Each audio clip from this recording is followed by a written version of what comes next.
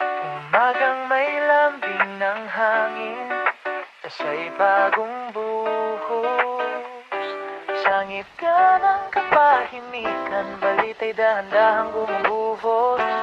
April 26, pahina'y muling binubuklat. Sa bawat sip ng kape, mundo'y mulbiling nagkukwento ng marahan at tapat. Sa Malacanang, muling tinalakay ang long-lang development plan. Kasama ang economic team, tinutukan ng sustainable programs ng bayan.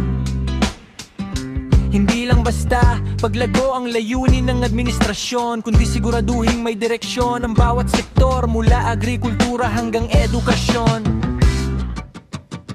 Si Bongbong Marcos, binigyan din ng food security measures.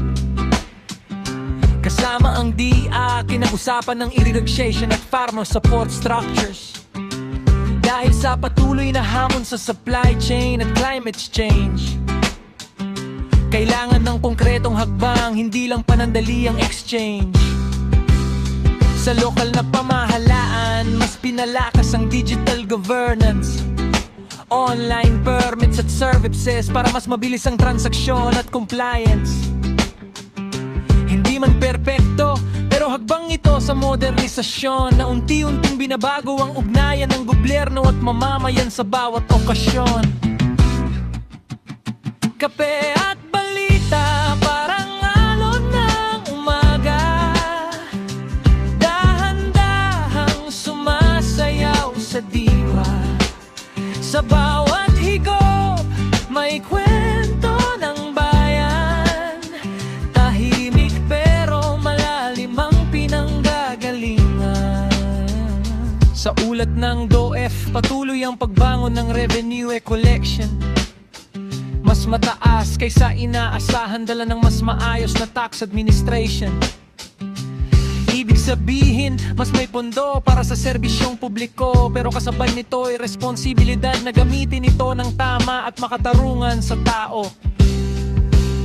Sa presyo ng langis, may rollback na may pinatupad. Bahagyang ginhawa sa commuter, sa drivers na araw-araw ay napapagod. Pero paalala ng analysts, volatile pa rin ang global market.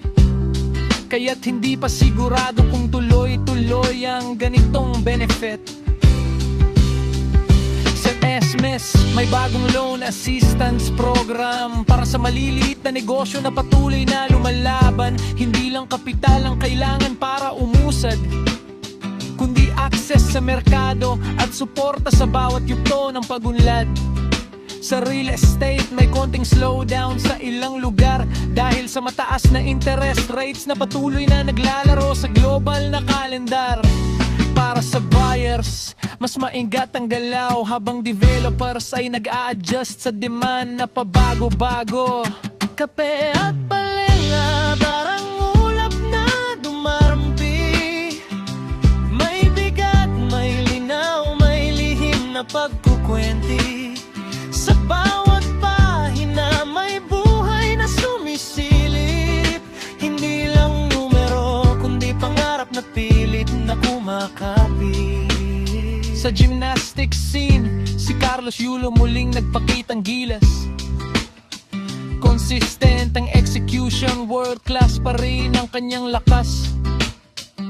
Hindi lang medalya ang sukatan ng kanyang laban, kundi ang representasyon ng Pilipino sa global na entablado ng karangalan. Sa football, Ascals may friendly match na nilaro. Bagong lineup, bagong sistema ang pinapakita sa publiko. Hindi man finals ang laban, pero mahaaga ang exposure. Para sa team chemistry at future action Lionel Venture. Sa basketball, si Kai Soto patuloy ang paghasa sa kanyang laro sa International League na kanyang kinabibilangan sa liga. Bawat minuto sa court, may dalang pag-asa na muling makikita ang Pilipinas sa mas mataas na antas ng kompetisyon sa mundo.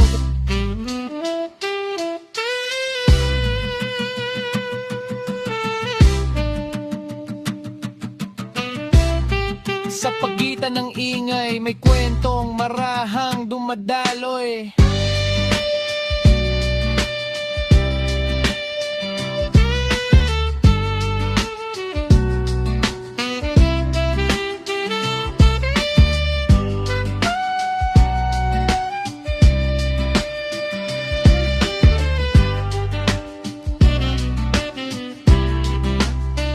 Sa telebisyon, si Vice ganda, may bagong comedy film. Hatid ang tawa pero may social lines na di rin madaling idim. Habang si Ana Cortez, balik hosting stint na nagbibigay ng bagong energy sa primetime entertainment print. Sa music scene, SB na in, patuloy ang global rise. Performance 6 abroad, pinapakita ang talento na world class ang size. Habang si Kaizek tandingan, may international collaboration na naglalapit ng OPM sa gluntalagod ng session. Yun sa Pag-asa, may LPA na binabantayan sa silangan. Posibleng magdala ng ulan sa ilang bahagi ng Visayas at Mindanao na bayan. Sa Luzon, mainit pa rin ang tanghali pero may chance ng thunderstorm sa gabi sa coastal areas. Paalala sa mga mangingisda, nabantayan ang galaw ng alon at hangin sa dagat na pabago-bago na. Hindi pa bagyo pero may paalala ang kalangitan na laging maging handa sa bawat pagbabago ng kapaligiran. Sa draw kagabi, numerong lumabas ay ganito: Seoin, Gilad, Mainin, Isetan, Denin, Carfo, Kyoto. Tahimik pero may kwento. Sa isang sandali, may nabago ang tadhana. Habang ang iba, tuloy lang umaasa sa susunod na pagkakataon na darating pa. Kapay lumamig man, kwento'y nananatili. Sa bawat balita may aral na di mawawari. April 26, pahina'y marahang nagsasara. Sa pagitan ng katahimikan at mundo, buhay ay patuloy na umaandar.